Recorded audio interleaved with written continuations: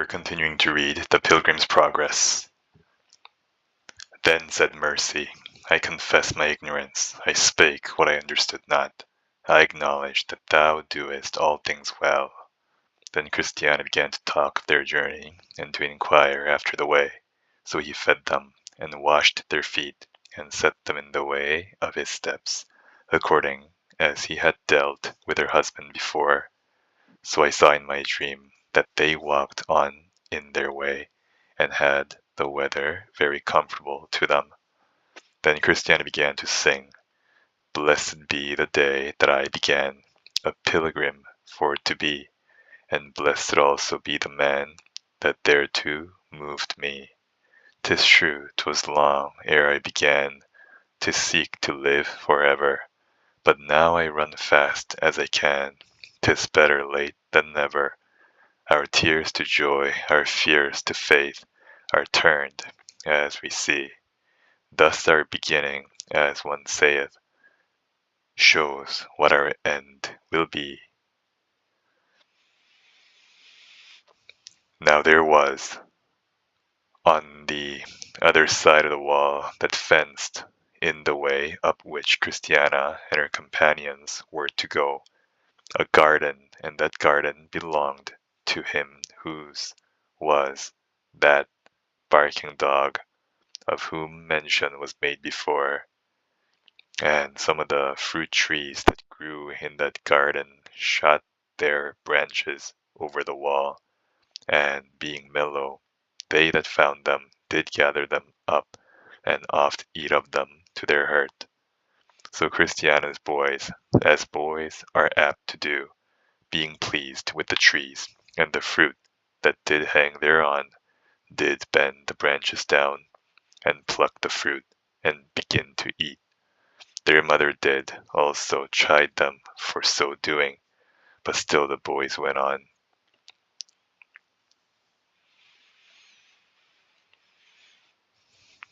Well, said she, my sons, you do wrong, for that fruit is none of ours. But she did not know that it did belong to the enemy. I'll warrant you, if she had, she would have been ready to die for fear. But that passed, and they went on their way. Now by that they were gone about 2 bowshots from the place that led them unto the way. They spied 2 very ill-favoured ones coming down apace to meet them. With that, Christiana and Mercy her friend covered themselves with their veils, and so kept on their journey. The children also went on before, so that at last they met together. Then they that came down to meet them came just up to the women, as if they would embrace them. But Christiana said, Stand back, or go peaceably by, as you should. Yet these 2, as men that are deaf, regarded not Christiana's words, but began to lay hands upon them. At that, Christiana, waxing very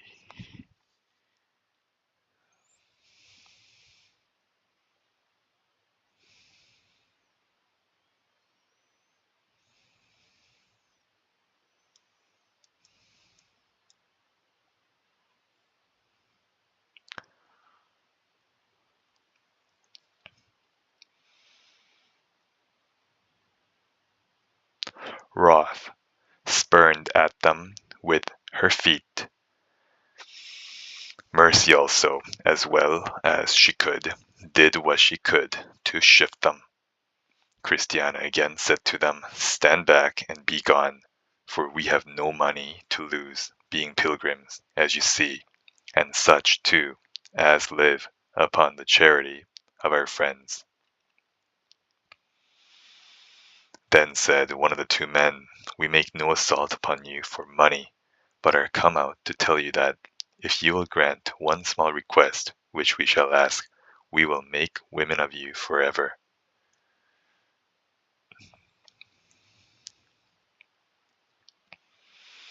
Now Christiana, imagining what they should mean, made answer again, We will neither hear nor regard, nor yield to what you shall ask.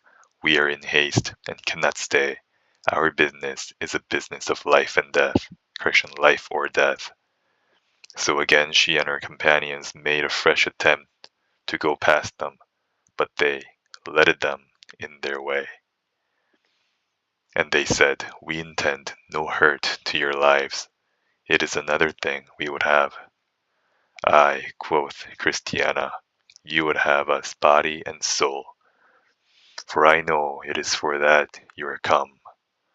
But we will die rather upon the spot than to suffer ourselves to be brought into such snares as shall risk the loss of our well-being hereafter.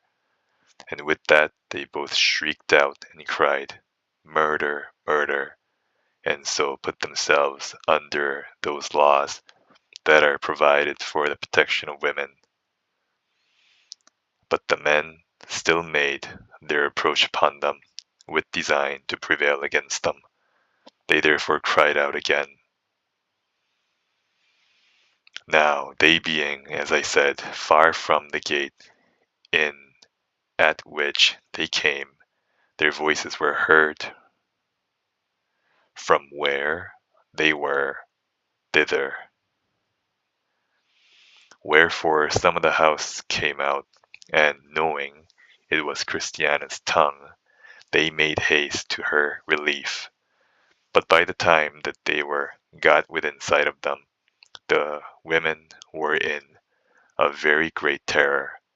The children also stood crying by.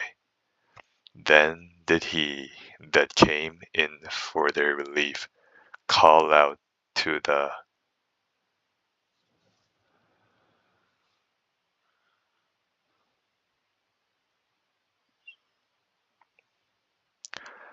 ruffians,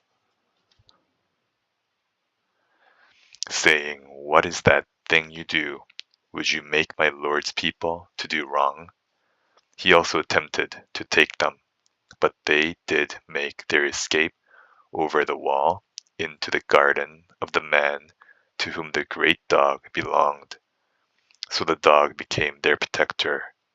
This reliever then came up to the women and asked them how they did. So they answered, We thank thy prince pretty well, only we have been somewhat affrighted. We thank thee also for that thou camest in to our help, otherwise we had been overcome. So after a few more words, this reliever said as followeth, I marveled much when you were entertained at the gate above, being ye knew that ye were but weak women, that you asked not the Lord for a conductor. Then might you have avoided these troubles and dangers, for he would have granted you one. Alas, said Christiana, we were taken so with our present blessing that dangers to come were forgotten by us. Besides, who could have thought that, so near the king's palace, there could have lurked such naughty ones? Indeed, it had been well for us had we asked our Lord for one. But since our Lord knew it would be for our profit, I wonder he sent not one along with us. It is not always necessary to grant things not asked for, lest, by so doing, they become of little value. But when the want of a thing is felt, then he who needs it feels its preciousness, and so when it is given it will be used. Had my lord granted you a conductor, you would not either have so bewailed that oversight of yours in not asking for one, as now you have occasion to do. So all things work for good, and tend to make you more wary. Shall we go back again to my lord and confess our folly and ask one? Your confession of your folly I will present him with. To go back again you need not, for in all places where you shall come, you will find no want at all.